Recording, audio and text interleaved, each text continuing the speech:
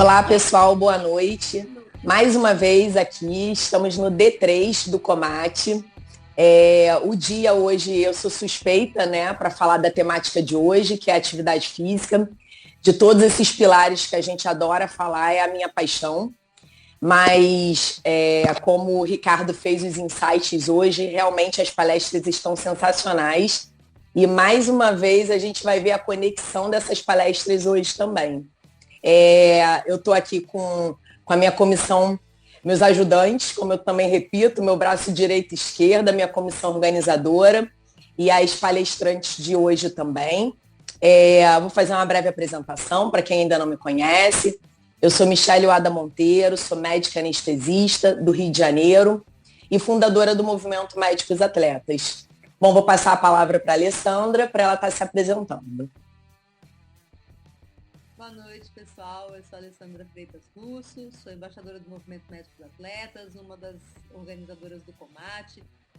Dando boas-vindas a vocês nessa noite que foi maravilhosa. A gente teve palestras muito importantes aí. A gente falou de diferenças de gênero na atividade física, a gente teve nossos convidados estrangeiros, a gente teve um projeto lindo que eu sou suspeita para falar, que é o Remo Meu Rumo, da Patrícia, né, que eu durante um tempo acompanhei mais de perto. Então acho que essa mesa redonda tem tudo para ser maravilhosa essa noite. Meu nome é Michele Manzini, eu sou médica otorrinolaringologista em Porto Alegre, sou embaixadora do Movimento Médicos Atletas e sou atleta de corrida de rua e parte da comissão organizadora.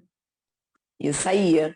E aí a gente tem também, o Pablo está chegando, gente, então quando ele chegar, ele se apresenta, mas a gente tem mais um integrante da comissão, que é o Ricardo. Para mim? Então, o Ricardo, gostaria que ele se apresentasse, falasse um pouquinho dele, da experiência aí, que ele tem uma experiênciazinha bem legal. Boa noite, pessoal. Eu sou o Ricardo Martins. Eu sou mestre em Fisiologia do Exercício, tá? Foi através de mim que a gente trouxe os dois apresentadores internacionais, o Miles e o Dr. Said, né? Nós trabalhamos juntos em diversas pesquisas no Canadá. Não pude estar presente nas mesas redondas do dia 1 e do dia 2, por também ser acadêmico de medicina. Então, as minhas noites estavam bem corridas e a partir do momento que eu saía da faculdade, infelizmente, eu estava no final, já tinha acabado, né, a mesa redonda. Mas hoje estamos aqui, o pessoal que tiver perguntas aí para o Said e para o Miles, pode ficar à vontade. Como eu participei de boa parte da carreira acadêmica deles, eu posso tentar estar respondendo boa parte das perguntas aí. E vamos que vamos. Excelente, viu? Aí a gente tem um pré-médico, né? Como eu gosto de falar, eu gosto de chamar os estudantes de medicina de pré-médicos, eles ficam muito receosos de entrar para o movimento, porque o nome do movimento bota médicos, então, mas eu não sou médico ainda. Mas a gente sabe que se a gente consegue inserir, né, essa ideia do movimento já desde a faculdade, que esse era o meu sonho, que na minha faculdade tivesse esse incentivo que a gente tenta dar, a gente sabe que a formação dessa geração de médicos que está por vir vai ser bem mais atualizada. Bom, agora eu vou passar a palavra para a Liege, que está aqui do meu lado na câmerazinha, senão vou ter que mudar. Nossa primeira palestrante. Boa noite, meu nome é Liege Galtério, eu sou profissional de educação física em Porto Alegre e sou atleta transplantada de pulmão nas modalidades de 100 metros rasos, 200, salto em distância, e estou muito contente de estar aqui hoje com vocês. Muito obrigada. Que linda, que linda. Eu já fiz uma live com a Liege, a gente conversa bastante, tem muita história e eu fiquei muito feliz também da gente estar podendo, né? Essa ideia foi da Mia, da gente estar absorvendo no movimento os atletas transplantados. E o mês de setembro a gente fez uma campanha bem legal e eu gostei muito. E também gostaria que a Patrícia se apresentasse, falasse um pouquinho, desse uma breve apresentação também do projeto, e é muito importante a gente estar divulgando esse projeto. Ela vai falar. Pode falar aí, Paty. Boa noite, pessoal. Tudo bem? Meu nome é Patrícia Moreno. Eu acho que na apresentação aí falei bastante de mim até, na verdade, porque acho que uma das organizadoras, a Valesca, ela assistiu minha apresentação sobre o projeto, ela falou assim, mas você tem que falar mais sobre a sua carreira. Então eu coloquei no meio ali um pouco da minha trajetória, né? Porque eu sei que o congresso é para falar um pouco, né, da parte da trajetória também. Fiquei muito feliz de ser convidada, né? Comigo, e realmente a Alessandra participou uma boa temporada lá do projeto, então já conhecemos a Alessandra há um tempão. Já não a vejo pessoalmente há muito tempo, então estou muito feliz de vê-la aqui. Bom, acho que eu falei bastante na palestra, né? Mas o nosso projeto deriva, a gente fala que a gente une os pontos da vida, né? Que os pontos da medicina e do esporte. Então, espera só, Arthur. Então, eu fui atleta de voleibol primeiro, depois de remo. E aí eu comecei a remar bastante, né, para profissional. Remei no Rio de Janeiro, também remei pelo Vasco. E depois, quando eu voltei para terminar minha residência de ortopedia, eu parei um pouquinho de remar por causa da residência.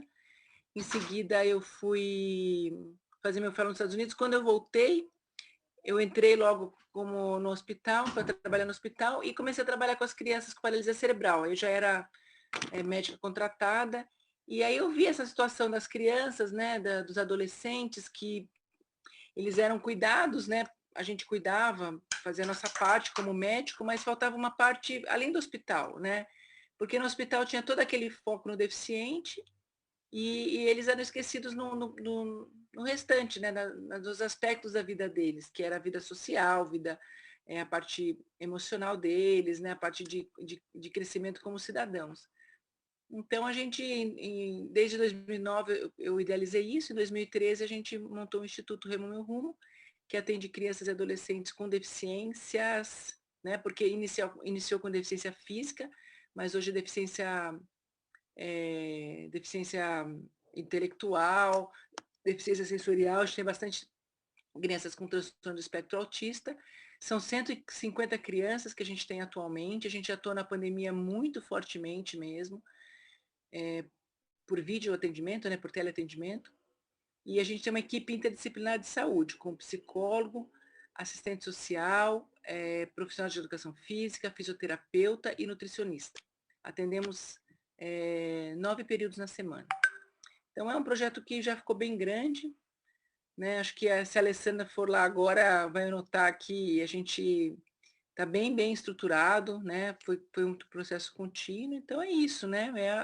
O Remo Meu Rumo é que une tudo, né? Porque, na verdade, une até minha família, porque quem é o gestor é o meu esposo, ele faz uma gestão maravilhosa, meu filhinho vai lá desde a barriga, desde que ele era projeto, né? Então, a gente... É legal, assim, você chegar num ponto que você une as coisas que você ama e leva adiante, assim, é bastante gratificante. Que lindo, Patrícia, muito legal. E, Aninha, você já conhecia a Patrícia? Já, do daqui de São projeto? Paulo. Já, aqui de Né? São Paulo. Imaginei. São poucas mulheres ortopedistas, né? Então a gente acaba se Exato. bastante.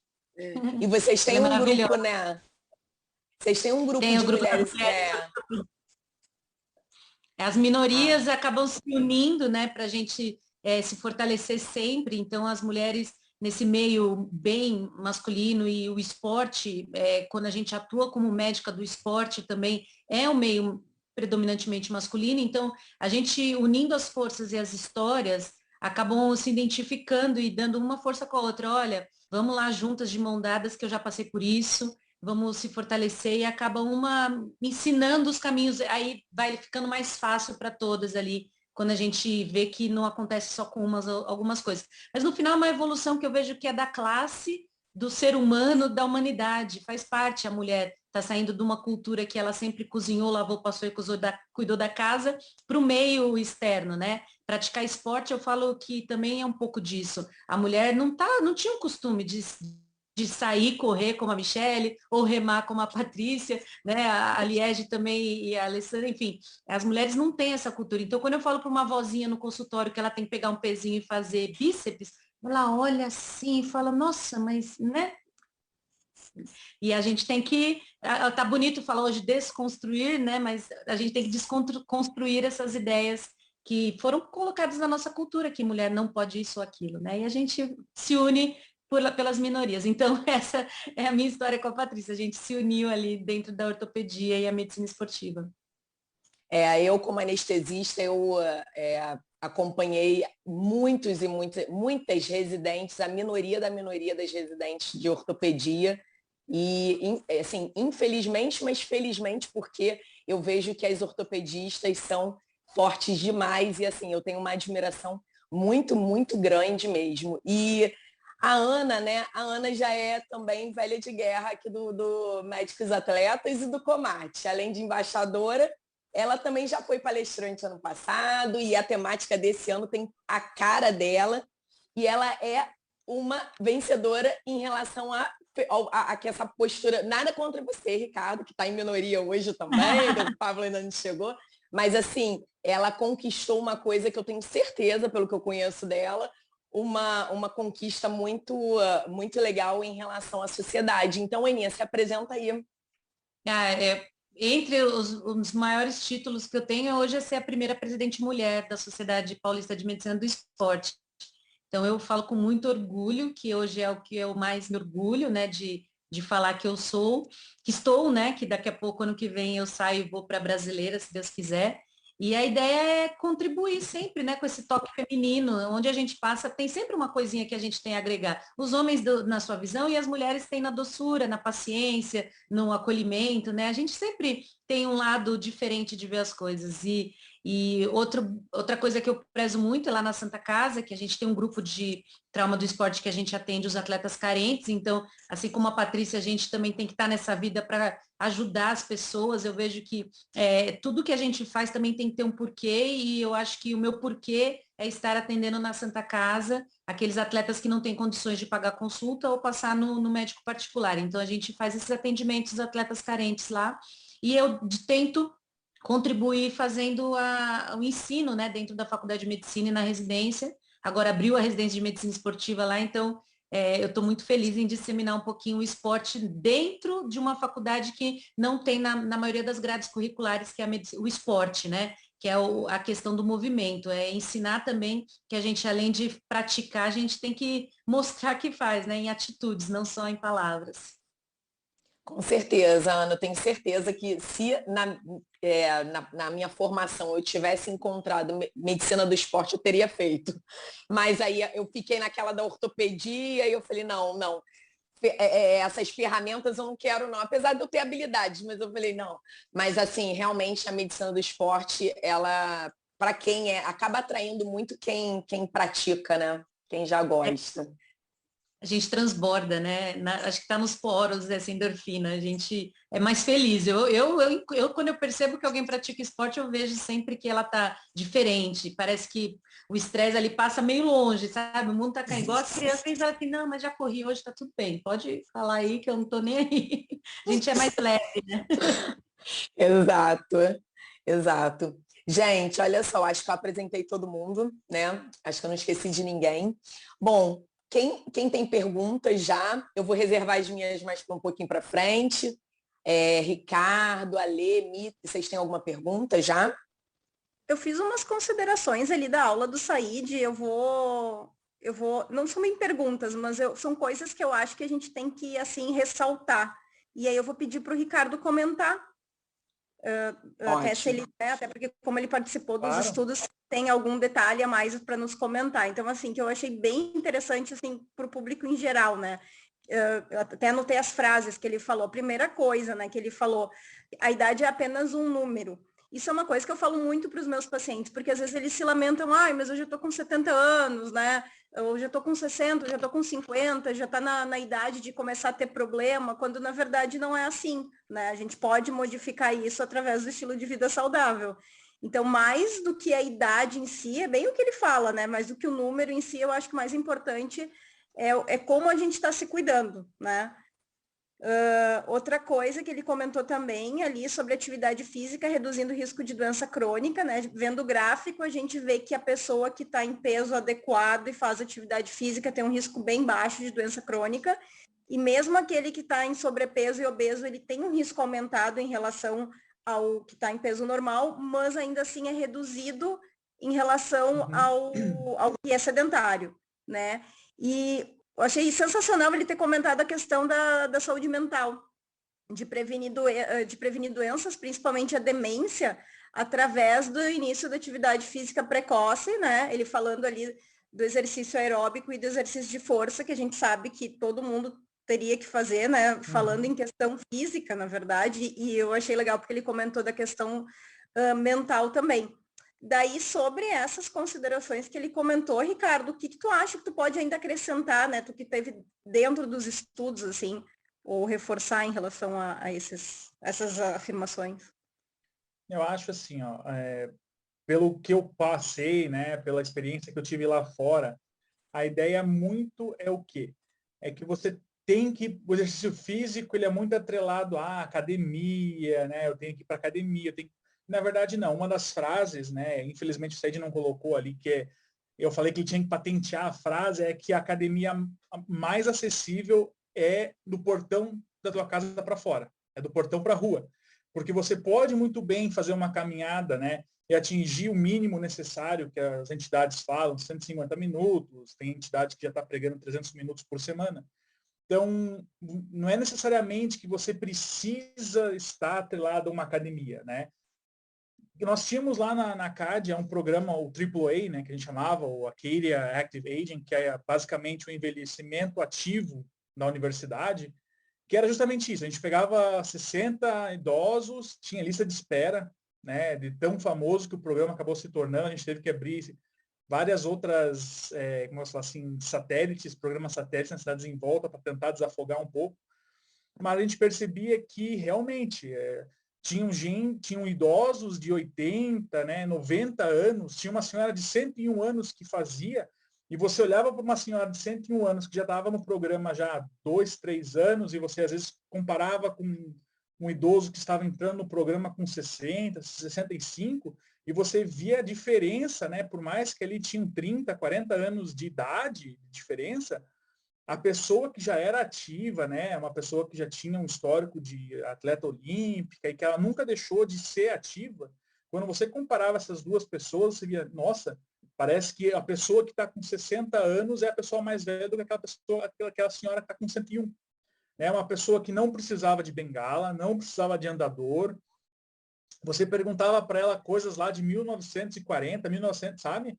E a pessoa estava lúcida, né? Então, realmente, quando você fala que a idade é apenas um número, né, é mais pura verdade, porque você pode sim chegar aos 80 anos com uma qualidade de vida boa, né? Basta você começar o investimento quando você é mais jovem, né? É uma poupança, atividade física é uma poupança. Quanto mais você faz quando você é jovem, mais no futuro você colhe os frutos. Nossa, muito interessante. Eu acho que eu vou pegar esse gancho, até porque o Said falou na palestra dele da questão de reabilitação de função executiva, né, em relação ao esporte, e vou passar até para a Patrícia, acho que 2020, acho não tenho certeza, entraram nos guidelines da americanos para a reabilitação do autismo a atividade física, né, até pensando nessa questão da reabilitação de função executiva, e a gente pensa em TDAH, enfim, todos os transtornos do desenvolvimento que mexem com função executiva. Então, eu vou fazer duas perguntas, porque tem uma no chat aqui, para a Patrícia, mas a minha em que momento o autismo entrou, né, no Remo Meu Rumo. A última vez que eu estive lá no projeto foi até, inclusive, para dar uma palestra sobre autismo. Em que momento em que vocês migraram essa reabilitação física para pensar no esporte dentro da reabilitação cognitiva? Essa é a minha pergunta. E aqui no chat tem uma pergunta do Elevi, falando que se é possível apresentar o remo para uma moça, filha dele, que tem 19 anos, que tem PC, que é deambuladora, mas que tem dificuldades com equilíbrio. Então, idade para começar a prática esportiva dentro da deficiência física, é a pergunta do chat, e a minha é quando vocês notaram que o esporte também podia ser um facilitador da reabilitação cognitiva. Gente, olha, então, o histórico do Remo Meu Rumo, né, acho que a época que essa questão do deficiente é a minha área de atuação. Eu sou ortopedista a gente cuidava das crianças com deficiência física. E, na verdade, as crianças com paralisia cerebral, a Alessandra pode até falar melhor do que eu, que é neuropediatra, apresentam uma deficiência cognitiva em algum grau, né? Aqui, ó, tá tocando em algum grau. Então, é um déficit de atenção, né? A gente até tem contado muito com a ajuda da Alessandra, porque muitas crianças têm algumas coisas sutis e a gente nem sabia. Pelo Remo Meu Rumo, até pelo trabalho de ajuda da Alessandra, a gente tem até visto um pouco mais dessas deficiências cognitivas. Agora não, filho. E ele é super bonzinho, mas ele quer minha atenção. Vai lá com o papai. Mas a verdade, a deficiência sensorial, o autismo entrou por causa da demanda mesmo, Alessandra. Quando as pessoas começaram a ouvir falar do Remo Meu Rumo, elas vinham falar com a gente, as mães, meu filho tem autismo, ele precisa de alguma atividade, não tem nada disponível para eles, a gente não tem. E a gente ficava assim, mas a gente não sabe lidar tão bem, né? Mas a gente aceitou o desafio, olha, vamos absorver, vamos ver como que é. E realmente, no começo a gente tinha uma equipe que tinha fisioterapeuta e profissional de educação física. Com essa demanda do autismo, também do deficiente intelectual, a gente tem síndrome de Down, a gente agora tem psicólogo, né, e serviço social. Então, a nossa psicóloga ela é muito boa, né, e ela tem atendido essas crianças juntamente com a assistente social, então elas fazem grupos socioeducativos, né, e isso tem trazido bastante experiência para a gente, né, e você sabe, né, Alessandra, no Remo Meu Rumo a gente tem tantas crianças com deficiências como as com não deficiência, 15 a 20% delas não têm deficiência. Então, eles fazem grupo das crianças com e sem deficiência, né? Então, a gente tem medido esses ganhos, né? A gente tem um trabalho de pesquisa muito grande, a gente faz toda a coleta de dados, tanto os ganhos físicos, né? Ganhos de força, condicionamento físico, quanto os ganhos cognitivos. Então, a gente tem questionários de qualidade de vida, questionários de barreiras facilitadores, alguns questionários específicos de psicologia para ver os ganhos dessas crianças, né? E assim, é bastante interessante, né? A gente tem, acho que o mais rico é o retorno das mães, né? O retorno das mães, e a gente trata não só as crianças como as famílias, né? Porque essas famílias são atendidas, né? O serviço social atende, então é um ganho realmente geral, assim, né? Um ganho em todos os aspectos. Mas é isso, a gente a gente conta com muitos voluntários, né, para nos ajudar nisso, porque é muito heterogêneo, mas hoje em dia a gente tenta integrar, a gente faz uma metodologia que a gente divide os grupos, né, até por idade, por aptidão, por nível intelectual, né, porque alguns conseguem ir no barco sozinho, outros não.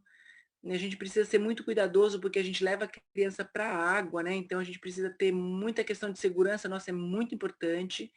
A gente tem todos os equipamentos de segurança, lancha, os nossos equipamentos são todos adaptados, né? A gente faz muito treinamento, a gente já teve esse ano treinamento de primeiros socorros, a Alessandra já foi dar aula lá, colegas foram dar aula também de outras doenças, porque a gente tem estagiários também, né? A gente tem que treinar muito a equipe para trabalhar com essas pessoas. Mas é muito legal, sabe? Porque quando vem uma criança, por exemplo, com TEA, vem um irmãozinho e isso ajuda a integrar. Então a gente aceita os irmãos, os amigos, então fica um ambiente realmente inclusivo, né? E isso é importante para eles, né? Eu ouvi vocês falarem sobre doenças crônicas, né? Eles têm muita mudar esse hábito para eles nessa fase da vida de adolescente, uma vez que eles têm muito pouca chance de ter essa oportunidade, porque eles são deficientes físicos e tem pouquíssimos lugares adaptados para eles, pouquíssimas pessoas que sabem orientar atividade física para crianças e adolescentes com atividade física. Então, geralmente, eles são afastados da educação física da escola, então a tendência deles é ganharem peso e serem cada vez menos independentes, né? Então, o que a gente promove é que eles continuem ganhando independência, autonomia e saúde, para que eles sejam, para que essa parte da doença crônica, a incidência diminua. e a saúde mental, que é muito importante, né? E aí, na pergunta lá do Elevir, então, qualquer idade. A filha dele de 19 anos, PC leve, está pronta para remar. A gente, na verdade, a gente tem uma faixa que a gente fala de 6 a 22, até porque a gente quer trabalhar com esse público, né, infantil, adolescente, né? Então, a gente não daria muito para aceitar pessoas com 35, nesse nosso grupo, né? E eu acho que porque mistura, né? Porque são crianças às vezes de 8 anos, de 9 anos, né? Mas até 22 anos, ainda mais as crianças, a gente tem Down, os Down às vezes fica até um pouquinho mais, né? Mas a gente trabalha com essa população mais jovem, só para não ampliar muito e ficar difícil da gente trabalhar, né, com todas as faixas etárias, né? Então a gente vê também que para faixa etária um pouquinho maior, às vezes tem outros lugares, mas a gente de 6 a 22 anos a princípio, então 19 anos já está contratada. Já vamos passar o... E assim, legal, né? Uma coisa que a Patrícia falou, eu logo olhei para. Na minha tela tá a Patrícia e a Liege em cima. E eu logo olhei para a cara da Liege, porque eu tenho um comentário a fazer, né? E eu tenho certeza que ela pensou alguma coisa nesse momento. Porque quando a Patrícia falou em relação a é uma área que está expandindo e que a gente vê essa dificuldade, né, de você encontrar profissionais para trabalhar com esses pacientes que eu não vou usar esse termo, porque para mim, quando você trabalha com esporte, não é paciente, né? Saúde é união e é inclusão. O esporte para mim é isso. Então, logo eu olhei para a Liege porque ela falou na palestra dela a questão dos profissionais dela chamar atenção para os profissionais de saúde dessa nova área que está crescendo, né? Cada vez mais, e não só o profissional de saúde, mas todas as áreas que envolvam, né, multidisciplinar. Então, assim, cada vez mais a gente vai ver essas pessoas com deficiência aumentando na população, como a gente vai ver as pessoas transplantadas dessa mesma visão. Por isso que eu logo olhei para ela. E aí, só para finalizar o meu comentáriozinho, parece que o Pablo chegou. Aliás, ainda fala assim, uma coisa bem interessante na palestra dela, né, que a gente escuta sempre, mas escutar de uma profissional que também é uma paciente, né, ela fala na palestra, a gente tem que tomar o exercício físico como remédio, tomar no sentido de, vamos lá, vamos engolir, aquela hora, né?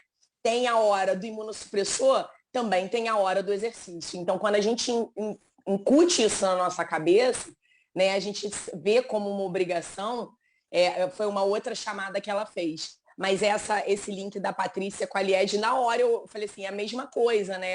Gente, vamos acordar, vamos começar a expandir os horizontes, né? Às vezes as pessoas ficam ali, o profissional de educação física, é o personal, né? E tanta área bonita para a gente estar aí trabalhando. E Michelle Liege, só antes de dar a palavra a ela para ela poder desenvolver, só comentando que a gente, como médico, a gente não vê isso na faculdade, né? A gente tem uma visão completamente diferente do que é um paciente pós-transplante, né? E inclusive, eu tive cadeira de medicina esportiva, de medicina do esporte na faculdade, jamais foi falado sobre transplantado. O benefício que a atividade física, né, proporciona para esse tipo de pacientes. Então, agora acho que vamos passar a palavra para ela desenvolver melhor e nos contar isso do dia a dia dela. E assim, além de não ter nas faculdades, né, o que a gente nota é que depois, durante a vida de exercício do médico, muitos deles ainda também não têm essa questão de indicar os pacientes transplantados, né, que é a minha vivência, para a prática de exercício físico. Alguns eu já ouvi de conhecidos contraindicam, inclusive, a prática de exercício. Mas a minha equipe disse que não é para eu fazer exercício. Aí não tem o argumento, né? Não dizem o porquê, mas disse que não é para fazer. E nessa questão que a Michelle comentou, né? eu realmente faço um apelo para os meus colegas da área de educação física para que eles estudem e se interessem por outras áreas que não só a academia. Academia, academia, academia. Tem um público, ou melhor, tem vários públicos surgindo carentes desse tipo de atendimento de um profissional de educação física. O público transplantado é um. Por isso que eu agradeço aqui o espaço de estar entre vocês médicos que estão nos acolhendo, né, e vendo que os transplantados existem e que podem e devem fazer os exercícios como parte do tratamento. É isso que a gente tem preconizado, né? Tem o tratamento medicamentoso, mas o exercício também faz parte do tratamento. E eu tenho observado isso através desse projeto, né, do Cimesh TX, que é esse projeto para os transplantados se motivarem a se exercitar, os resultados, assim, o feedback que eles estão dando. Desde que eu comecei a me exercitar, a minha equipe está me parabenizando, os meus exames estão melhorando, eu estou mais disposto, o meu sono. Porque o que acontece? A gente toma esses imunossupressores que, em maior ou menor grau, dependendo do paciente, repercutem em vários efeitos colaterais, né? Então, assim, pressão aumenta, quem tem propensão a diabetes fica diabético, a gente toma corticoide. Eu, por exemplo, tomo há 18 anos continuamente corticoide e tenho que tomar para o resto da vida, né? É o meu protocolo. Então, osteopenia, dificuldade de ganhar massa magra, quer dizer, várias coisas que o exercício pode atuar amenizando. Então, eu tento, né, espalhar aos 4 ventos a importância do exercício para transplantados, mas realmente existem profissionais da área que têm muito medo de prescrever treino para um transplantado, porque justamente é isso, é um público muito novo. É um público, eu mesma, né, vou procurar artigos, estudos, não encontro na parte de reabilitação, né, da fisioterapia, logo após o transplante, mas prescrição de exercício para transplantado é algo muito novo realmente. Mas o que eu procuro falar para os colegas é o seguinte: não é o exercício de repente é até o mesmo, é o olhar que é diferente, é saber da história prévia daquele aluno que está ali. Se ele é um transplantado renal, se ele tem fístula, a gente sabe que não pode pegar peso naquele braço que tem fístula. Se é transplantado hepático, como é que foi a ferida operatória, que musculatura pode estar aderida ali, né? Então, o exercício é o mesmo, mas a pessoa é diferente sempre, né? Então, é essa questão da adaptação. Então, é assim que a gente tem que tentar direcionar esse olhar, né? O olhar para a pessoa e sempre tentar encorajar. E eu digo o seguinte, gente, comecem de pouquinho mesmo, né? Às vezes, assim, mais uma vez, a gente falando de exercício é remédio, eu sempre faço esse paralelo, né? Logo que a gente transplanta, a gente começa com um nível de imunossupressores bem alto, até ir dosando para cada paciente. A mesma coisa o exercício, né? Cada um vai ter o seu ponto ótimo de rendimento. Até porque, se a gente faz um exercício extenuante, nós que somos imunossuprimidos não podemos nos dar ao luxo de ficarmos mais imunossuprimidos em função de um exercício, né, muito vigoroso, que a gente sabe que baixa a imunidade por um período ali daquela janela. Então, é assim, a gente vai tateando, né, enquanto não tem assim, o protocolo para, né, transplantado, mas estamos no início. E que bom que assim, vocês estão assistindo o início de treinamento para transplantado. É verdade. E é uma honra para mim estar aqui com vocês. Eu vou só Super puxar o importante gancho para aí. os acadêmicos, né, que estão assistindo, que não, né, que se a gente não viu na faculdade, eles também não, porque como ela comentou no início, e a questão de começar aos poucos, né, Liege, isso na verdade é válido para aquele sedentário que não é transplantado. Exatamente, para público geral, exatamente. Esse é o recado, né, é a orientação. Eu vou só puxar o gancho da Liege, que ela falou ali a questão, né, de médicos ficarem muito com o pé atrás em indicar o exercício físico e tudo mais. Inclusive, eu e a doutora Michelle, a gente fazemos parte do projeto aqui no Brasil do Exercise Medicine, né? O que é o Exercise Medicine? É um grupo, né, multidisciplinar, então tem doutores em educação física, tem médicos, tem doutores na área da medicina. É um grupo que faz o quê? Ele tenta difundir a ideia do exercício como remédio, né? Até um certo tempo atrás, o exercício físico era o quê? Ele era visto como uma prevenção. Faça a tua caminhada para você não ter um infarto. Faça a caminhada para você não ter um derrame. Faça a caminhada para você não ter osteoporose. Né? Hoje em dia, o foco deu uma mudada, pelo menos, né, na experiência que eu tenho da América do Norte, é que o foco deu uma mudada. Então, ao invés de ter, né, todo mundo já sabe que o exercício físico previne, né? Previne câncer, previne inúmeras doenças. A ideia hoje é o quê? Como que o exercício físico pode tratar certas doenças, né? Só que para o exercício físico tratar, né, você não pode simplesmente chegar ao profissional de educação física e falar, vamos fazer.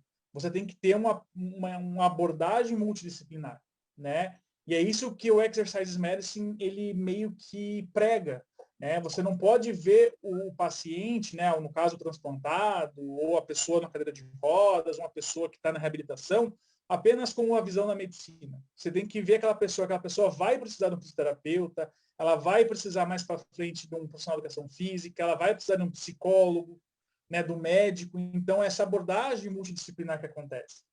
Né? Inclusive, junto com o pessoal ali do Médicos Atletas, eu ajudei uma reumatologista a escrever um artigo, né, para a Vitalogy, que é uma plataforma que tenta difundir, né, o conhecimento com palavras assim mais acessíveis para todo mundo, sobre justamente um exemplo, a fibromialgia, né? A fibromialgia, para quem não conhece, é aquela pessoa que tem dor muscular o tempo inteiro, né? Ah, eu estou com dor, dói meu corpo.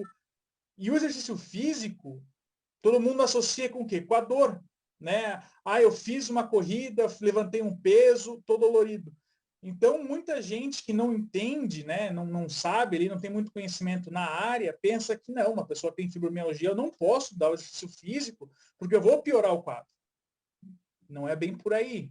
Né? Existem precauções que você deve tomar, com certeza, assim como você tem que ter precauções para quem tem diabetes, para quem tem pressão alta, para quem é cadeirante, para quem, né, tem transplante, para quem é atleta, você tem que ter precauções. Então, assim, é a maneira, você não pode achar o exercício físico como aquele, a gente chamava assim, one size fits all, que é um programa que eu prescrevo para a doutora Michelle, que eu prescrevo para a Liege, que eu prescrevo para outra Michelle, entende? Então, você tem que fazer individualizar o teu programa, né? E isso é muito importante porque uma pessoa que tem, né, um transplante, ela não pode fazer um exercício mais rigoroso, justamente por causa da imunossupressão, né? E às vezes uma pessoa transplantada é uma pessoa que ficou um certo tempo sedentário. Então você tem que começar, né, baby steps, de passinho em passinho, até essa pessoa evolua, né? E é justamente isso que falta no Brasil, é esse ensino multidisciplinar na própria faculdade de medicina, né? É aquela pessoa que acha assim que não, que tratamento é o quê? É remédio. Não, tratamento, na verdade, é uma parte do plano de cuidados. Né? Você não pode ver o tratamento de alguém com somente a parte medicamentosa, você tem que ver com um plano de cuidados. É você falar sobre higiene, é você falar sobre sono, é você falar sobre dieta, é você falar sobre atividade física. Se for necessário medicamento, entra com medicamento, mas para você conseguir ter esse plano de cuidados, o médico não consegue fazer tudo sozinho. É aí nessa parte que entra o fisioterapeuta, entra o psicólogo, entra o profissional de educação física, né? Essa abordagem multidisciplinar que é muito importante. Que acontece lá no Canadá, mas aqui ainda está demorando, né? Está difícil, aos poucos. Até na nossa prática clínica, né? Eu trabalho, por exemplo, no hospital público, né? Não tem, por exemplo, educador físico disponível. Aí trabalho em hospital privado com convênio, também não tem educador físico disponível, né? Tu consegue, às vezes, fisioterapeuta, às vezes nutricionista, às vezes fonoaudiólogo, mas, né, o educador físico tu nunca consegue, ou a pessoa vai lá e contrata alguém, né, posto de saúde, não vê educador físico, então, e é super importante, né, porque muitas vezes é o tratamento necessário. Claro, por exemplo, né, no hospital que eu trabalhei ali com reabilitação cardíaca no Canadá, a pessoa passava pelo cateterismo, a partir do momento que a pessoa já está estável, né, no segundo, terceiro dia, a pessoa já está na esteira fazendo um teste de esforço para ver o limiar, né, isquêmico, a partir de quantos batimentos a pessoa começa a ter, sinais e sintomas, né, de uma isquemia cardíaca, e a pessoa já começava dentro do hospital mesmo. Então, passava pelo cardiologista, o cardiologista assinava, ó, a doutora Alessandra ali passou para o cateterismo, já está estável, pode iniciar o tratamento. Então, no segundo, terceiro dia, pós-infarto, às vezes a pessoa já passava pelo fisiologista responsável, já passava pelo personal e ali começava o tratamento dentro do hospital mesmo, né, que eles chamavam de nível 1. Aí depois passava para o nível 2, que daí é nos centros fora do hospital, né, que daí você continua no 1 a 1, é o profissional de educação física, o terapeuta ali no 1 a 1. Aí nível 3, que daí é aquela pessoa que faz em grupo, né, e o nível 4, que daí é aquela pessoa que recebe o planinho, já sabe o que tem que fazer, já sabe identificar quando está passando do limite, e a pessoa que já vai sozinha, né? Então, essa inserção multidisciplinar na próprio atendimento, na emergência, né, já é bem importante. Eu posso comentar algo a respeito da a população que a gente trabalha, né, que é criança e adolescente. Então, bom, eu fiquei, em primeiro lugar, eu fiquei bastante emocionada de conhecer a Liege, né? Parabéns, Liege, por essa história de vida. É bastante inspirador e tenho certeza que muita gente vai atrás de você, né? Parabéns aí pela sua inspiração. Assim, eu acho que, só queria dizer uma coisa, que existe uma diferença um pouco entre adultos e crianças e adolescentes, né? O que a gente sempre fala, que quando a gente é adulto e acontece algo com a gente já tem alguma vivência para encontrar outros caminhos. A criança que nasce com alguma deficiência física, que tem a paralisia cerebral, ou que ocorre alguma coisa com ela na fase da infância, ela nunca teve nem esse acesso a isso, né? Então ela nem conhece, nunca, ela pode imaginar que ela pode fazer esporte, né? Então a gente encontrava até umas barreiras, perguntava para as crianças: quer fazer esporte? Ela falava assim: mas eu não faço, né? Eu sou deficiente. Então até essa cultura tem que sair da gente, né? Na escola, deficiente não faz, né? É atestado médico, né? E a criança e adolescente que tem uma deficiência física, ou outros tipos de deficiências também, claro, a infância delas é praticamente roubada, né? Então elas têm, a segunda-feira é fisioterapia, a terça é fono, a quarta é psicólogo, né? Então aí a Alessandra sabe bem aí, então eles não tem essa vivência que a gente tem para poder fazer escolhas depois. E aí a gente ainda nem vai falar em reabilitação, vai falar em habilitação quase, né? Então, e aí o que acontece? No hospital, o que acontece é que a gente tem um foco na doença. Então, quando a gente está no hospital, a gente tem um foco na doença, não tem jeito, a gente está focado naquilo, em consertar aquilo. Eu vejo, a criança chega lá e eu sou ortopedista pediátrico, então eu vejo a perninha, eu vou falar assim, a perninha dela tá tortinha, né? Não falo com esses termos, mas a criança fica na cabecinha dela pensando, eu venho aqui, eu sou tortinha, eles vão me consertar, e você mal olha, né? Porque no serviço público ainda, estou aqui no HC também, né? Então, aí a Fisio faz a mesma coisa, então acaba, para eles, a vida deles é o foco naquilo, né? Então, quando a gente montou o Instituto, também foi com o intuito de tirar o foco da doença, criar um outro ambiente para eles, onde eles possam perceber que eles têm potencialidades, né? Que eles têm coisas potenciais para desenvolver. Então, lá no remo, ninguém pergunta se a perninha dele é fraca, pergunta se o braço está forte. Então, vamos lá, bracinho forte, vamos lá. Então, eles tiram completamente o foco. As crianças, elas...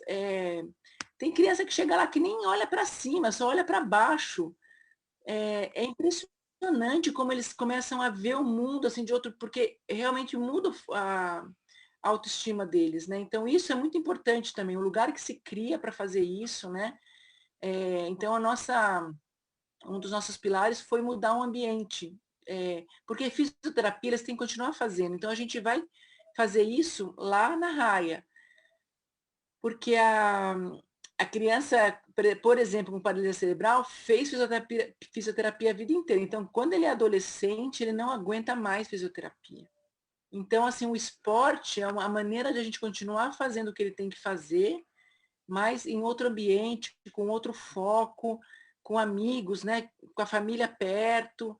Então, isso é muito importante também. E aí, eu só complementar, porque vocês estão falando na capacitação de pessoas, né? Então, a gente tem estagiários, por exemplo, de educação física, de fisioterapia, que durante a faculdade, vocês sabem melhor do que eu, não tem trabalho com pessoas que têm deficiências, assim, em geral, mesmo profissional de educação física, acho que a Liege é profissional de educação física, deve saber disso, não tem, assim, contato, sabe?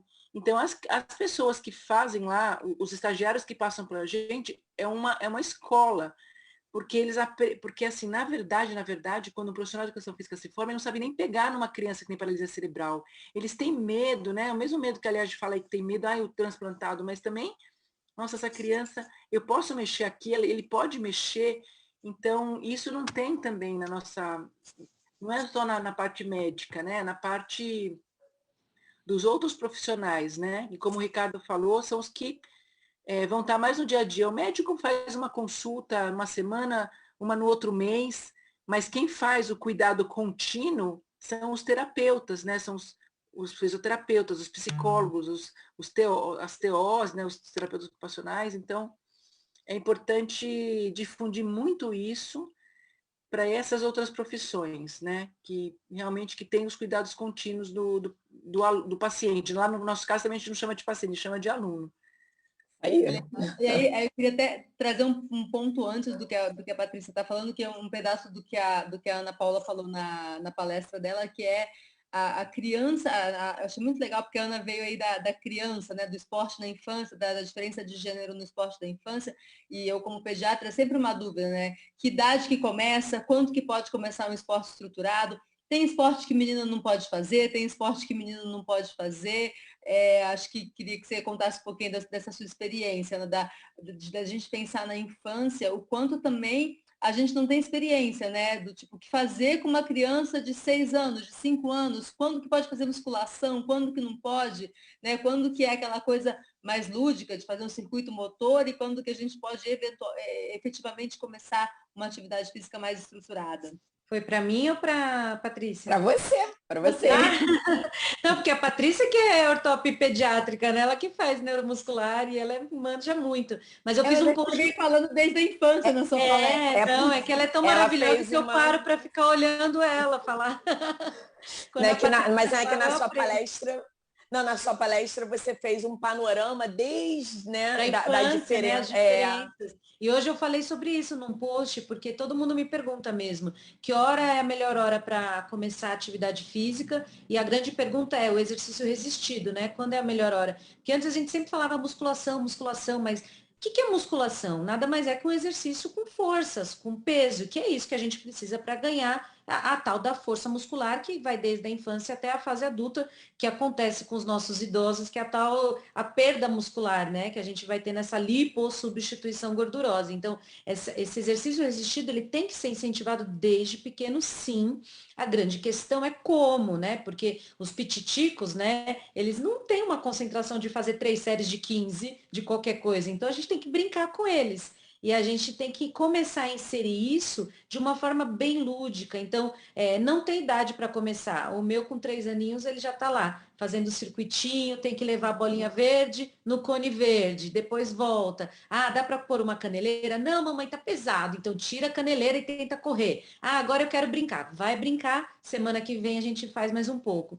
E é assim, vai para os 4, para os 5, o outro de 7 já está conseguindo fazer meia horinha, já começa a introduzir um pouco mais. Então, o educador físico tem que ter esse feeling para também brincar e, ao mesmo tempo, ir mostrando que o exercício ele tem que ser introduzido de forma alegre, de uma forma que seja leve, para ele sentir que aquilo faz parte do dia a dia. E o Ricardo falou muito bem que ele tem que ser uma dose diária do exercício como um investimento para o futuro dele. Eu falo muito sobre isso. E as crianças têm que entender que isso tem que fazer parte do hábito, como escovar os dentes, como tomar banho, todos os dias tem que ter sua dose diária de exercício físico, mas ele tem que ser feliz com essa atividade, não tem que ser assim, ai, hoje eu tenho que treinar, ai, mamãe, os meus acordam falando, ai, hoje ajudou, ai, hoje tem a natação, e tem que ser assim, de uma forma alegre e divertida. Então, as mães me perguntam sempre, que horas, como começar? Eu falo a hora que você achar que eles estão prontos e a hora que você quiser mostrar para ele esse mundo. Só que a gente tem que ser o maior exemplo. Então, se a gente não come legumes, verduras, não adianta você forçar seu filho a comer. Então, o esporte tem que ser assim. Você tem que primeiro mostrar, ele vê que você é feliz fazendo, e aí ele vai querer também fazer. E isso é o mais difícil, né? Dentro da nossa casa, começar as pequenas mudanças. Então, como pediatra, Alessandra, você pode responder para a mãezinha que pode fazer em qualquer idade, desde que um profissional de educação física esteja por perto. Agora, os exercícios com muito peso, eles devem ser colocados realmente quando eles tiverem uma cognição bem assim, né, saber que aquilo pode cair no pé e machucar, que dependendo do movimento, se for errado, ele pode forçar. Então, tem que estar sempre muito bem supervisionado, porque conforme a gente vai incrementando, vem os machucados, mas por falta de supervisão, não porque o exercício machuca. Eles falam muito do CrossFit que machuca, na verdade é porque eles fazem sem ninguém olhar. É meio que todo mundo fazendo ao mesmo tempo. Então, não é o exercício que machuca, é a falta de supervisão. Então, as mãezinhas também têm que segurar um pouco a ansiedade, porque hoje tem uma coisa muito forte dos pais que é colocar as expectativas e os anseios de performance, lucro, dinheiro, enfim, e põe a criança para fazer muita coisa. Eu tenho pego muita lesão fisária, a Patrícia deve ver também, as apofisites, as inflamações na fise do crescimento e atrapalham e deformam essas crianças muito precocemente, porque é um over tudo, né? Não é nem use, né? É uma sobrecarga. Então, é difícil controlar, às vezes, os pais que acabam imprimindo esse volume excessivo nas crianças. E a vida é um equilíbrio, né? A gente tem que fazer um acompanhamento médico, você ir lá controlando de um lado, chamar o preparador físico, controlar ele de outro, e a gente vai levando assim as ansiedades, que no final das contas é tudo sobre sonhos, é tudo sobre você querer fazer o que você não fez, e aí a criança acaba fazendo, e a gente tem que estar feliz, né? Dos dois lados. Não sei se eu te respondi ou se eu fui muito filosófica. Respondi, então tá bom. Ana, eu queria, eu tenho uma dúvida, né? E já tem um tempo essa dúvida e eu queria que você me falasse a sua opinião, porque tem muito a ver com a sua palestra. E eu assistindo, né? Você falou da formação da mulher atleta, né? Foi quando você veio contando toda essa trajetória da diferença entre os meninos e as meninas desde a infância, que a gente claramente sabe, né, quantas mulheres tem aqui, e a gente sabe o quanto é cultural também. Mas assim, nesses meus estudos aí, eu tenho buscado vários artigos, por conta até do trabalho que a gente fez, com o Paulo e com a Valesca e com a Lê, eu sempre vejo nos estudos, seja da população em geral, ou seja, até naquele estudo de mortalidade que o CREMESP fez, sabe? Em relação à mortalidade e o sedentarismo, a inatividade física da mulher. Sempre nos estudos eu vejo que a mulher é mais sedentária que o homem, que a mulher é menos ativa que o homem. Como deu também no do CREMESP, que assustou muito a mulher, além de ser mais sedentária que o homem, né, ela teve uma mortalidade 20 vezes maior do que a mulher da população em geral. E aí, eu assistindo a palestra, eu vejo que existe essa questão cultural, aí tem a questão hormonal, você vai pontuando as diferenças, né? Até é interessante que você fala assim em algum momento, olha, não adianta você querer disputar queda de braço, né? Eu vou lá disputar com um menino, né? A gente tem que ter a consciência que existe a diferença física mesmo, tem a cultural, tem a física, né? Somos seres diferentes. E aí eu fico me perguntando, será que a mulher, ela tem essa estatística por conta, e isso tem um peso para essa estatística, porque a mulher, quando ela é menos incentivada, desde a infância, aquela menina que vai ficar na boneca e o menino tá ali, eu tenho um casal de filhos, e eu vejo que a energia é diferente. Os meus 2 filhos fazem karatê. Só que o menino, ele não para, é chute, golpe o tempo todo. Ele tá. Será que isso tem uma influência nessa estatística da mulher adulta? Eu queria saber a sua opinião. Sim, é cientificamente comprovado que a mulher ela tem a questão hormonal um pouquinho mais precoce que o dos homens com relação às suas quedas e baixas, vai caindo literalmente ao longo dos anos, e os homens eles têm a taxa da testosterona que se mantém, o pico começa na adolescência, que eles estão fervorosos, e essa diferença fica gritante na adolescência. Enquanto eles estão na fase de crescimento, eles geralmente brincam juntos. Mas aí tem a questão do estímulo, que geralmente dos meninos acaba sendo um pouco mais realmente para esportes de contato, esportes de corrida, e as meninas acabam indo para essa questão mais balé, dança e coisas que realmente a nossa cultura sempre foi assim, tá tudo bem, né? Eu acho que a mulher tem que também ser estimulada a ser delicada, e eu sempre brinco que os meus pais nunca me botaram no balé, eu sinto falta da postura que eu nunca tive, né? E eu acho lindo as meninas também terem esse lado doce. Mas elas também têm direito a escolher fazer judô ou fazer um esporte futebol, que hoje a gente vê as meninas brilhando.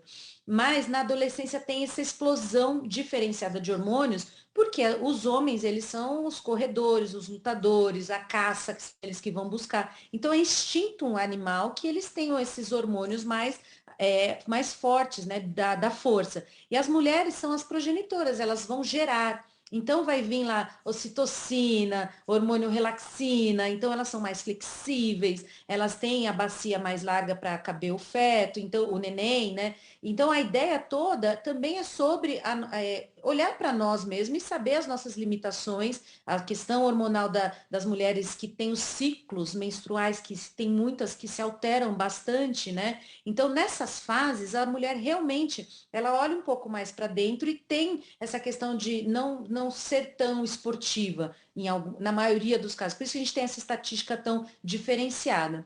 Agora, os homens têm essa questão cultural de um estimular o outro também. Vamos lá, vamos jogar bola. E os homens depois têm o social, e as mulheres já são mais caseiras, mais pela nossa cultura. E isso a gente vai levando ao longo dos anos, né? E aí, quando tem o casamento, quando a gente acaba tendo o relacionamento, a mulher acaba se fechando mais, porque é ela que é a cuidadora. E aí ela se anula. Então eu vejo você, a Michelle e a Patrícia, eu tenho certeza que a fase da gestação e um ano após a gestação, a gente nem lembrava muito de nós mesmos. Eu falo assim, que dia que eu fui no salão depois que eu tive filho, eu fiz a unha, ou tomei um banho desse. A gente se anula porque é uma questão da cria. E isso, às vezes, a gente acaba levando um pouco adiante e acaba se descuidando e engordando e perdendo muito a autoestima das mulheres. A gente precisa resgatar e a gente precisa se estimular, coisas que os homens fazem muito. Um leva o outro para guerra, e as mulheres não têm muito isso. Então, a gente tenta, entre as outras, né, formar esses grupos, mulheres não sei o que da corrida, mulheres não sei o que, para tentar também ter essa questão de estímulo. Mas tem influência hormonal, tem influência corporal, da questão das massas, óssea, força, social, cultural, é multifatorial, e sim, as mulheres praticam menos esporte estatisticamente, e sim, as mulheres se lesionam mais que homens, e sim, ao longo dos anos elas vão perdendo os hormônios, vai desanimando e vai tendo essas diferenças que a gente precisa lutar para não acontecer. Acho que alguém comentou aqui no site, a verdade é que a sociedade não tem preparo para conviver com PCs, com transplantados, com idosos, e eu até acrescentaria com as diferenças entre gêneros, né? Com as mulheres na corrida, com as mulheres no boxe, no futebol, a gente ainda precisa evoluir um pouquinho aí para entender as peculiaridades, né? Porque a gente é diferente, é o que você falou, paciência, né? Cada uma com o seu potencial e com as suas dificuldades, como os homens têm as deles, e enfim, a gente tem que ir respeitando e conhecendo. Perfeito.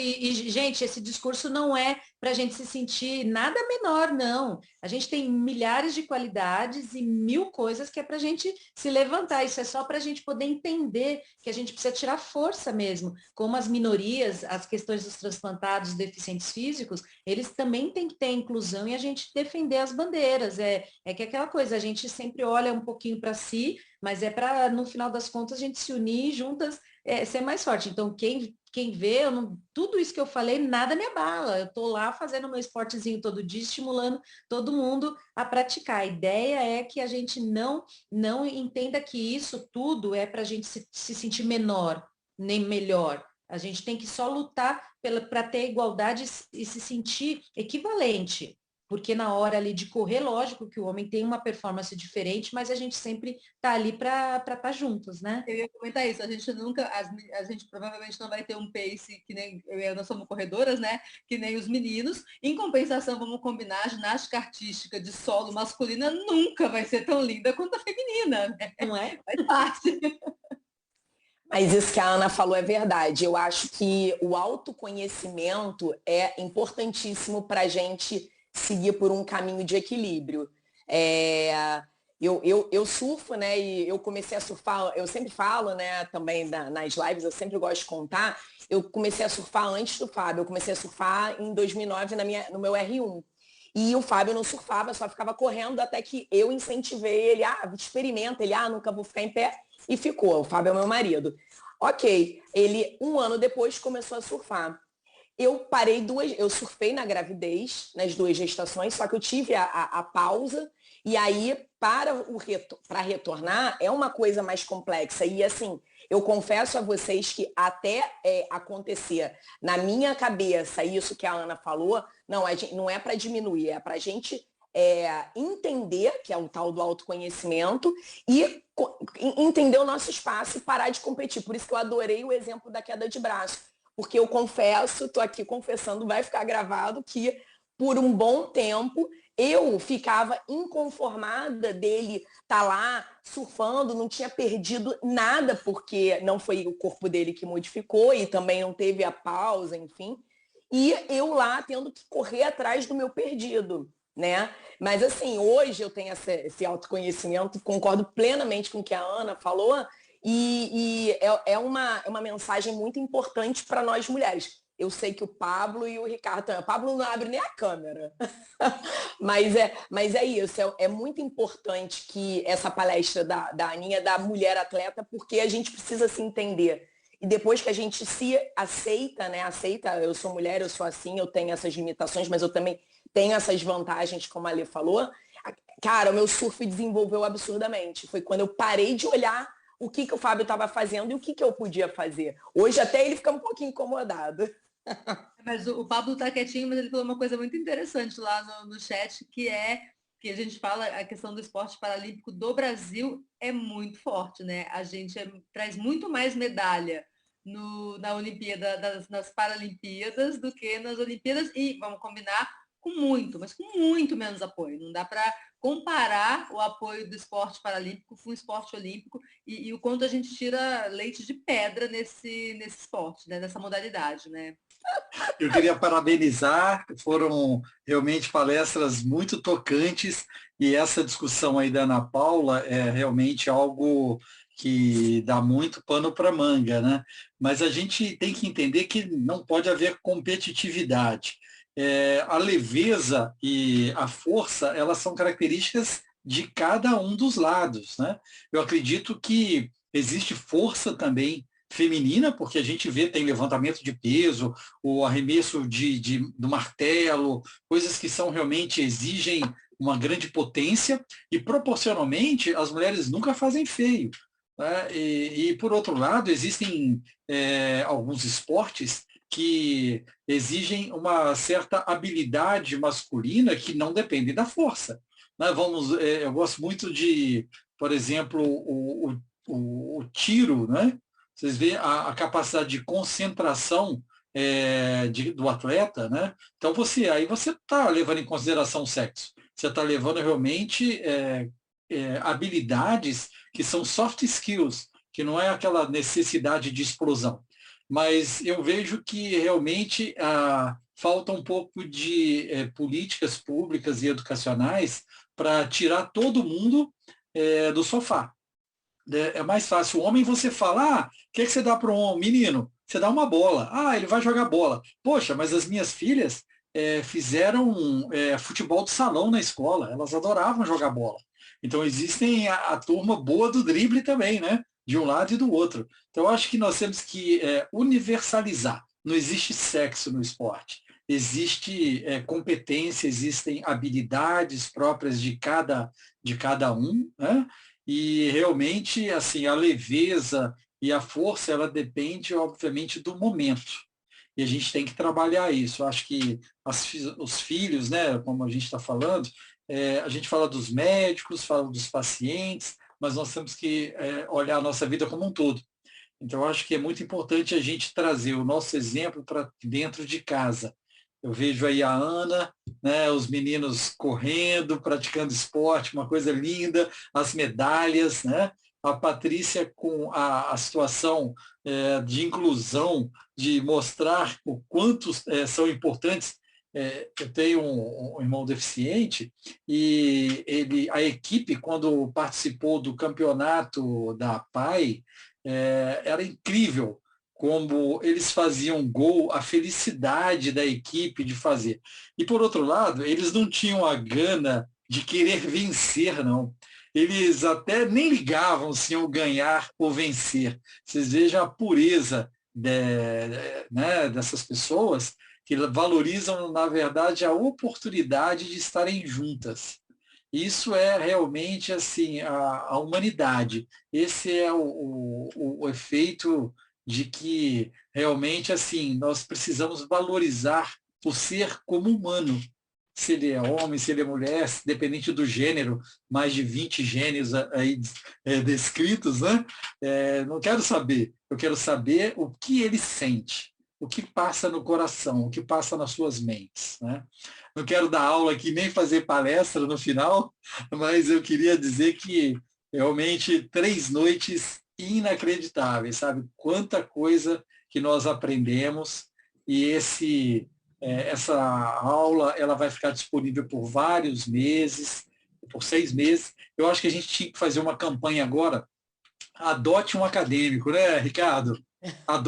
Dê de presente para um estudante da área de saúde o Comate, porque ele tem que ouvir isso que vocês estão falando, sabe? A gente tem que abrir a mente, sair do nosso conforto e partir para o abraço. Gostei da ideia. Aí, Ricardo, você é um privilegiado, hein? Eu fico olhando esses estudantes, eu falo, gente, eu quero voltar a fazer faculdade, quero rebobinar tudo e voltar.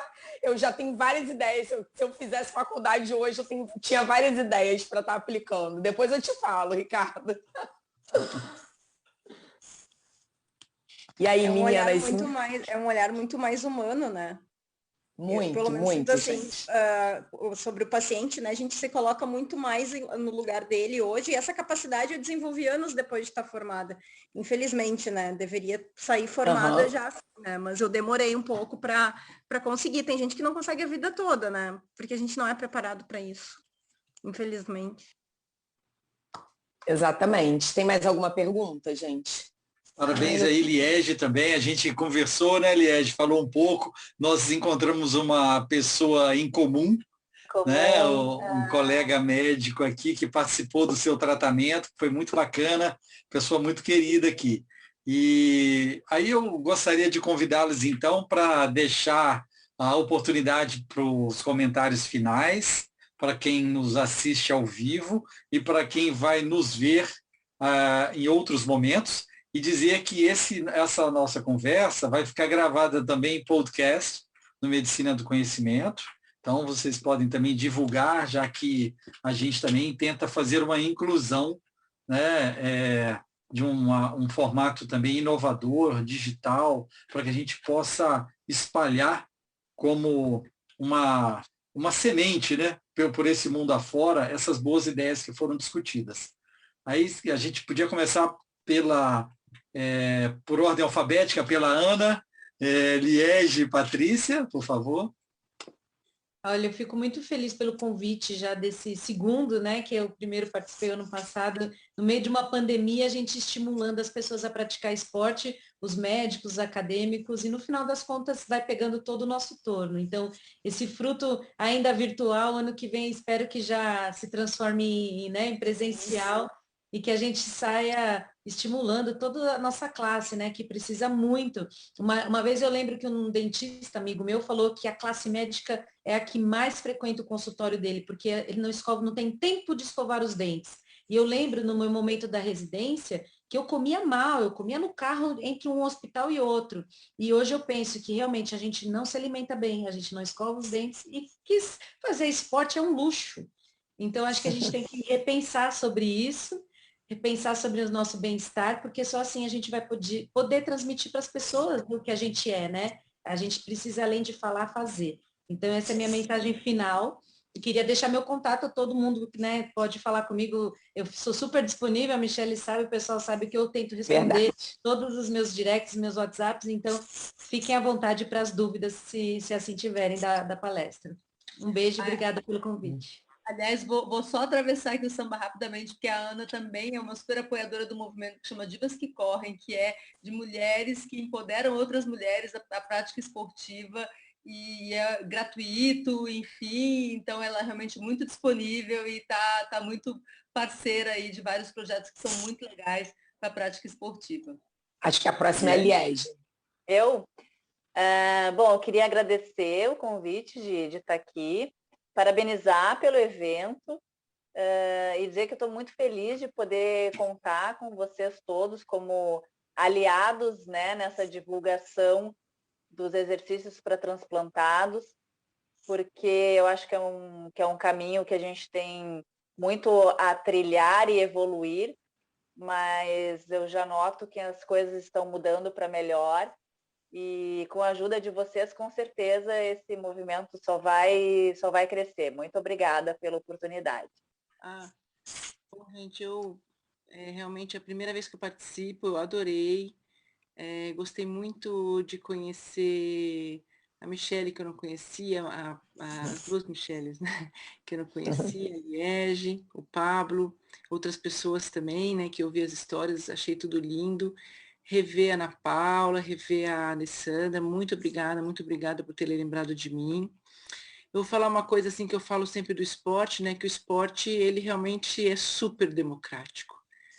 Então a gente, meu esporte foi voleibol, na verdade eu fiz quase tudo, né? Eu né? Eu corria, né? Corria, saltava, jogava basquete, vôlei, atletismo, tudo. Mas o esporte que eu me identifiquei muito foi o remo, né? E o remo é um esporte extremamente democrático, assim, no sentido de que quando você entra num barco, a gente cada um tem que fazer 100%, não tem como alguém pôr mais força que o outro. Se eu fizer 150, você fizer 50, o barco vai andar mal. Todo mundo tem que andar com seu 100%, embora possa ser até um pouco mais forte do que o outro. O pódio do remo são 8 remadores, você não sabe quem é o MVP. Então, em muitos outros esportes, sobe lá no pódio, aí tem o troféu MVP, né? Então, fica aquela pessoa que é mais estrela. E no remo não é assim, né? E o remo é muito democrático, como todos os esportes, mas o esporte é democrático porque pessoas de vários backgrounds competem juntos, estão juntos e estão felizes, né? Como o Pablo falou, estão lá. Então, é isso que o esporte é. O esporte é uma união de pessoas com o mesmo, né, propósito, que é saúde, ou que é até às vezes competir, mas então assim que eu senti esse congresso, assim, um monte de gente legal, diferente, né, como é o esporte. Eu agradeço de participar, espero que na próxima esteja presencial mesmo. E eu convido vocês também, todos a irem lá na Raia Olímpica, tá? É um lugar muito, muito bacana. É um oásis em São Paulo, porque São Paulo é uma cidade, vocês sabem, muito megalópole, assim, né? E lá é um lugar, é um parque, né? Muito grande, muito bonito. E quando tem as crianças lá remando, então ainda é mais inspirador. Então eu convido vocês e agradeço. Muito obrigada por tudo. Sucesso para todos. Continuem cada um na sua jornada e que a gente se encontre sempre, né, para difundir essa paixão nossa que é o esporte. Obrigado. Então, vou deixar então aberto aos nossos, a comissão organizadora, que quiserem aí também fazer as suas considerações, e dizer que amanhã é o nosso último dia, mas nem por isso o menos importante, né? E nós continuaremos juntos nas redes sociais do Comate, no Movimento Médicos Atletas, e contamos com a presença de todos, com a divulgação desse projeto, e que o Comate realmente seja um evento cada vez mais forte e convença cada vez mais pessoas a buscar pela saúde. Bom, eu já vou, então deixa eu aproveitar e já falo logo. Bom, eu também gostaria de agradecer mais uma vez a todos os palestrantes, que repito isso todos os dias, que sem vocês o Comat não estaria acontecendo. Sem os palestrantes e sem os meus braços direito e esquerdo da comissão organizadora, não teria como a gente, e todos aqui com essa rotina agitada, aquela correria, mas a gente se dedicando ao amor ao esporte e em estar difundindo isso para todo mundo, né? Eu gostaria também de reforçar essa mensagem, né, que as palestrantes já falaram em relação à união e inclusão do que o esporte faz, e isso é altamente gratificante. E o último recadinho é que amanhã não temos a mesa redonda, porque a gente, como é um dia a dia de um assunto de Covid, né, que acaba estando muito badalado ainda por conta da pandemia, a gente preferiu colocar mais palestras e a gente não colocou uma mesa redonda. Só que às 10 horas a gente vai estar fazendo todos os sorteios de todos os produtos, né, e produtos virtuais ou não, dos apoiadores, inclusive também tem do Semestre TX, tem livro da Flávia, que palestrou ontem, então são vários, tem mais de 10 sorteios, e eu vou estar abrindo uma live ao vivo, né, às 10 horas, pelo Comat, para estar fazendo esses sorteios. E aí, se vocês tiverem dúvidas em relação às palestras de amanhã, podem estar perguntando nos comentários da palestra, que a gente está repassando para os palestrantes e devolve para vocês. Só agradecer aos palestrantes de hoje, noite linda, acho que, né, falar de exercício a pedra fundamental do movimento, e super agradecer tudo que foi falado hoje, conteúdo riquíssimo, e até amanhã. Dos pilares do estilo de vida saudável, eu acho que o que eu melhor consigo cumprir é o exercício físico, é o que eu mais me disciplino e o que eu mais gosto. E então, para mim, né, sem dúvida, foi uma noite super interessante. Eu gostaria de agradecer por todo esse conhecimento e toda essa experiência que nos trouxeram, né? O mais incrível de tudo é que o exercício, ele previne, ele trata, ele reabilita, e além de tudo isso, ele ainda faz uma inclusão social absurda, né? Então, muito obrigada por tudo que compartilharam conosco, e uma boa noite a todos. Cadê o pupilo Ricardo? Eu tô aqui ainda. Bom, agradecer a todos, né? Foi uma noite assim muito agradável. Tive experiências, né? Confesso que eu nunca tinha, né, visto uma atleta transplantada, então obrigado pela oportunidade de estar aprendendo contigo, tá, Liege? Imagina, obrigada eu. E eu acho que foi muito legal, foi muito bom, tá? Um recado do Said e do Miles para todo mundo é que eles estão disponíveis, tá, no Instagram deles, então se alguém tiver alguma dúvida, quiser trocar alguma ideia, alguma coisa assim, eles estão disponíveis, tá? No site do Comat tem o Instagram deles. Pediram desculpas, tá, por não estar presentes, mas o Said, por ser professor e tá umas horas atrás de nós, então, teoricamente, ainda lá é um horário comercial para eles, né? Então, o Said está em aula e o Miles também está em aula, mas eles ficaram disponíveis pelo Instagram deles, então quem tiver alguma dúvida, sinta-se à vontade em enviar. Beleza? Até a próxima, pessoal. Até amanhã, então. Obrigado aí, gente. Tchau, boa noite. Boa noite. Boa noite.